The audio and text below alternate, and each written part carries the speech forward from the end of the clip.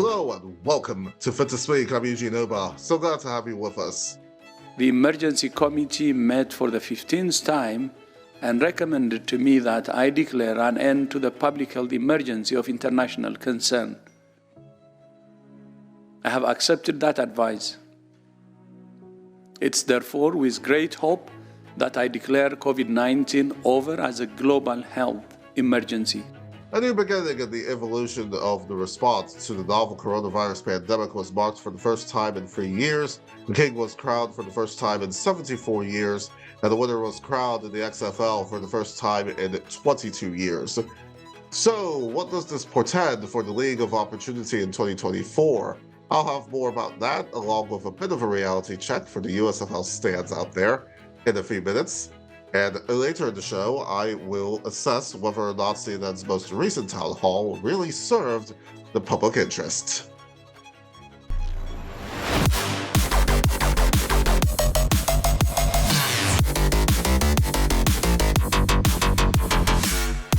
Well, the XFL is over. Well, for the season, that is. And much to my chagrin here in the DMV, the Arlington Renegades won. But seriously, though, a massive congratulations to the Renegades, coached by Bob Stoops, and quarterback Luis Perez, who's been no stranger to spring football leagues. And watching him, he knows the game. He is a student of the game, and I'll be very interested to see where he ends up. I mean, the team was just really, in watching this stuff back, they really were the better team on the night. So congratulations again to the Renegades on that. The game itself was very interesting indeed. It was incredibly fun to watch. It really felt genuinely like a big event. And that's what these championship games really should be. I mean, it really had that kind of sort of feeling, although the Super Bowl will remain the creme de la creme. Let's not get it twisted, but it did have that real big event feel, which was really, really good. And I think that also reflected in people's enjoyment when you look at the ratings, and I will have more about that in a second. But throughout the night and even after the game, the championship and other XFL related items, Big Game Bob, Luis Perez, and DC Defenders running back Abram Smith, were trending on Twitter. This is the same Twitter that's got Linda Iaccarino as its soon-to-be CEO. But what I think is really remarkable, taking into account that in 2020, the season was truncated on account of COVID, what was really remarkable is that the XFL actually completed a season. And not only that, it will be heading to a second season. Remember, the original iteration of the XFL that was owned by Vince McMahon in 2001 lost $70 million and quickly folded. In an article on ESPN, which is one of the Disney-owned outlets that air the league, Chairwoman Danny Garcia stated, quote, "There are areas that have absolutely exceeded our expectations, and there are areas that were newly discovered. One of those newly discovered things were attendance figures, which averaged over 14,000, a 23% decrease from the 2020 iteration. Now, that average will certainly be higher with the attendance at the Alamo Dome, where the championship was held, to the tune of nearly 23,000 people. Very, very impressive, especially for a neutral site for a new league. Well, new-ish. What I cited earlier can be looked at in one of two ways. Yes, 23% decrease, not great. But it doesn't take into account, besides the fact that the 2020 season only ran 5 weeks, that the league did not have teams in 2 of the largest media markets. No LA Wildcats, the New York Guardians, which have relocated to Orlando, and then the Vipers, who were in Tampa Bay, moved to Las Vegas. And that move may have contributed to some of the other newly discovered things, because the deal to land a venue of which to play in Vegas did not come together until the 11th hour. And this is where I would say that the league kind of sort of put the cart before the horse on this one. I mean, you look at Allegiant Stadium, the home of the Raiders, it was apparently off limits And Sanborn Stadium was definitely not an option. UNLV's Mike Newcomb, Associate Athletic Director of Facilities and Events, stating as much. Ultimately, they landed at Cashman Field, and while this definitely will not be confused for the Bellagio, the attendance for a 10,000-seat stadium for its games was remarkably stable. And let's not forget that DC and St. Louis, Missouri, the home of the Battlehawks, were very strong attendance markets. Still, I believe the last-second nature of the deal impacted the overall scheduling of a lot of the games. You'll notice that there are some 9 p.m. games, there were some 10 p.m. games, even at one point this past season. And while I did watch the games, all of the games, even attending all but one of the DC Defenders games in person at Audi Field, there is something to be said about having consistent game windows. And hopefully, now that this stuff has been sorted out, that for next season and hopefully future seasons of the XFL, they will consider that having consistent windows of when even casual fans can watch the game, they will consider, because that is one of the few things that the USFL gets right. They've got some pretty consistent windows, and then even watching, the NFL. Obviously, watching the NFL, 1 p.m., 4:25, 8:15. So there is a lot to be said there about having consistency. And hopefully, as I said, they will have that going forward. Another thing worth discussing were the average ratings. In broadcast, the XFL this season averaged over 1 million viewers. In cable, the league averaged over 500,000 viewers. Those are pretty solid numbers and actually compare quite favorably with the USFL, actually better than the comparable full season of last year's USFL. Now, I know the comparisons are fairly tough because the USFL has two broadcast networks, Fox and NBC, airing their games, as opposed to one, ABC, in the XFL's case. But even with the advantages that the USFL has insofar as consistent time slots and being over the air, the XFL, again, on average, exceeded last year's USFL viewership on broadcast, and in cable, it was not even close. That's right, USFL stands. It was not even close. Why? Well, for starters, nobody wants to see empty stadiums. Nobody wants to see empty stadiums, not to mention hearing loud, buzzy drones. The contrast is jarring. Watching, for example, the New Orleans Breakers and the Pittsburgh Ballers of the USFL, and keep in mind they don't play either in Pittsburgh or New Orleans. Well, watching that game on FS1 after coming home from Audi Field and seeing the DC Defenders, I'm sorry, that was right there. Watching that USFL game alone was the equivalent for me of televised Ambien.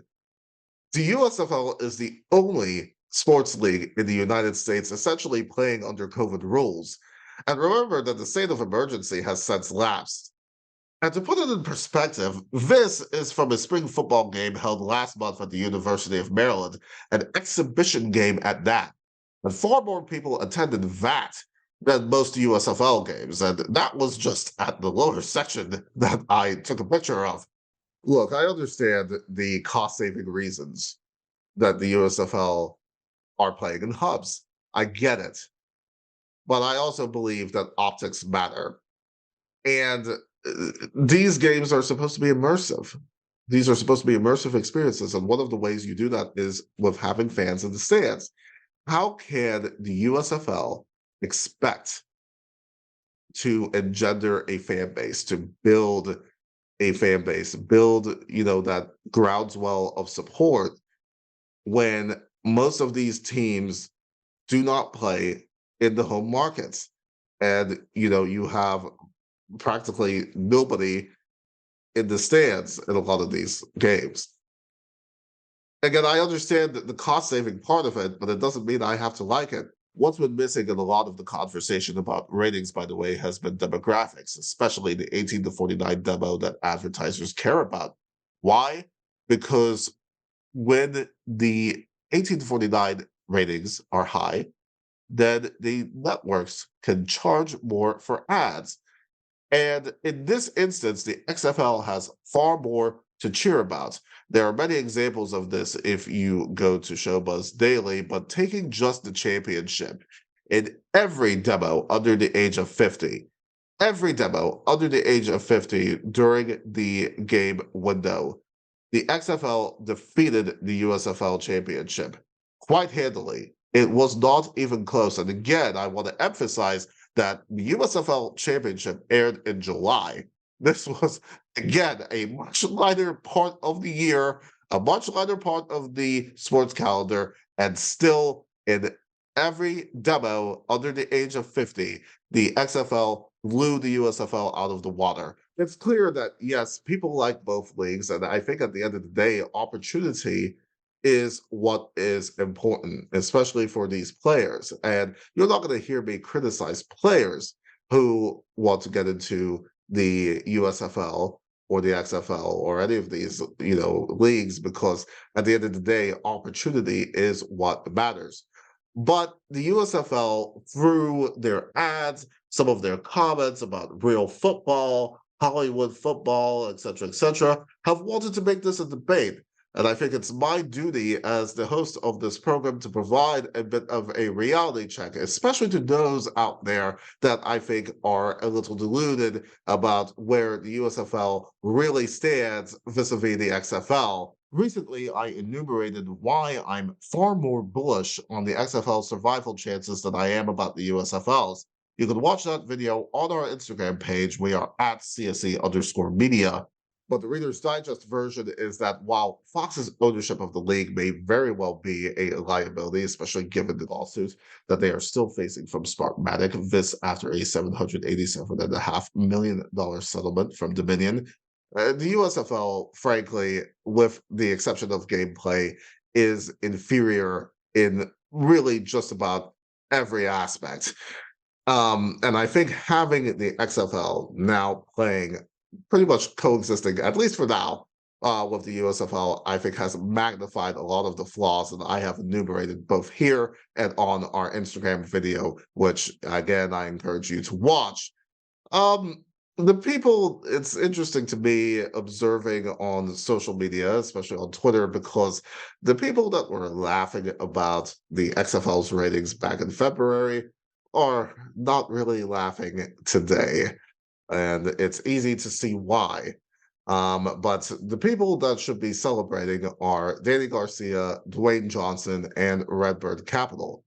They should be commended for completing a season, actually heading to a second season. And I think because of the fact that they are heading to a second season, I think that there will be even more people that will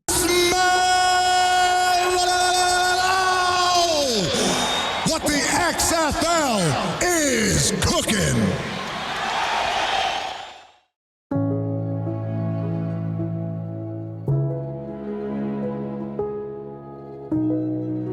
Earlier this month, former Cincinnati mayor and legendary talk show host Jerry Springer died from pancreatic cancer. Some will certainly argue that because of the show, which, believe it or not, was actually serious in the early years, here he was talking with Oliver North about the Iran-Contra scandal, that he was legendary for all the wrong reasons. Of course, people are entitled to have those views. Personally, I separate the man from the show. And the show, tawdry as it became, certainly and will not be confused for Masterpiece Vita, was far more grounded in reality than most of what was out there, including CNN's town hall, much of it anyway, with former US President Donald Trump earlier this month. While head honcho Chris Licht believes that it served the public interest as news organizations should, especially when it comes to featuring presidential candidates, what actually happened was really nothing more than free publicity and a rating stunt for a man who, 24 hours prior, was found liable by a jury for the sexual abuse and defamation of E. Jean Carroll, who earlier this week amended her lawsuit to seek additional damages on the back of Trump's comments at said town hall. I mean, not even Mikhail Solodovnikov, who until last year ran the defunct RT America, was dumb enough to put a town hall like this. And full disclosure, I worked for two of the production companies of which RT was the client.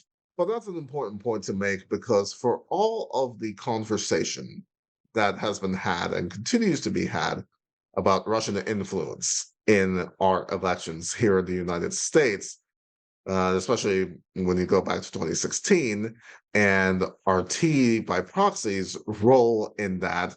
And as bad as RT was in some respects, as I enumerated last summer on Fit to Speak from the archives, not once did RT cover Trump's rallies or speeches wall to wall. And that's more than I can say for most other networks here in the United States. And you don't have to take that from me. Justin Peters of Slate stated in part, quote, for months it aired Trump's rallies at length. As Margaret Sullivan noted in the Washington Post last year, the network sometimes even broadcasts images of an empty lectern with embarrassing chyrons such as breaking news, standing by for Trump to speak. The joke was on CNN, though. Trump's malignant message resonated with a whole lot of American voters, and by the time Zucker and CNN realized the danger that Trump posed, it was too late to constrain him. While Trump's message likely would have resonated with or without CNN's help, the network did indeed go out of its way to amplify it. But so did a lot of other news outlets, most of which expected Trump to eventually fade away like every stunt candidate in American history before him. It is hard to see the black swan coming, and it wasn't entirely these outlets' fault that they didn't know any better. The mainstream media sure knows better now, though, which is what makes CNN's decision to air Wednesday night's town hall so very indefensible. CNN senior media reporter Oliver Darcy, I'd say, was inclined to agree, stating, quote, it's hard to see how America was served by the spectacle of lies that aired on CNN Wednesday evening. His boss was none too pleased with that. The Jerry Springer Show and its forebears, Morton Downey Jr., Richard Bay, and others, were no doubt spectacles. At least Springer admitted as much when he was alive. And certainly much of our political discourse has been a long-running spectacle in many instances, but it doesn't mean that we have to engage in it. It does not mean that news organizations have to traffic in it. And whether it's Trump or any other person that has the propensity of lying, spreading false information, things of that nature, it is time to start taking a tougher stance on these people and not give these people a platform and not give these people a hearing. Now, some people will say, oh, it's cancel culture, whatever. But news is designed to inform the public on issues of importance. And it is the responsibility of journalists and news organizations, really, to put out information that we know is factual. And yes, people can have different opinions, but those opinions have to be based on fact. And if we cannot agree on the basic facts, and I think what CNN should have done here is that if Trump or anybody that does a forum for that matter can't agree on what the basic facts are, then they should have absolutely no business being on a forum like that or any other stuff for that matter. We have to really take a tougher stance on these people because they're going to continue. And I'm not just necessarily talking about Trump here, but these people who just go out there and spread their nonsense, they are just going to continue to pollute the airwaves. And they have to be stopped once and for all. In fact, I'll give a wise quote from Judge Judy Scheinlin, who says, don't pee on my leg and tell me it's raining. Chris Licht, if I were you, I would do very well to heed those words. Folks, we continue to need your help in finding broadcast industry professional and University of Maryland alum Terrence Woods, who's been missing since October of 2018. If you have any information as to Terrence's whereabouts, you're asked to call the Idaho County Sheriff's Office at 208-983-1100. That's 208-983-1100. You can also reach out to us on our social media accounts, which you'll see at the end of the program, and we'll pass any information along to them. And thank you so much for watching. Listen, there's going to be a lot more where that came from, so you better stay tuned to catch it all. In the meantime, don't forget to follow us on all of our social media accounts for more information, including all of the bonus content that you'll see for today's show. And don't forget to subscribe and ring the bell on our YouTube channel so that you do not miss any of our episodes. And please join us on Substack and Patreon and support all of the work that we do here. And until next time, I'm Eugene Obah, and remember, we will not be silenced.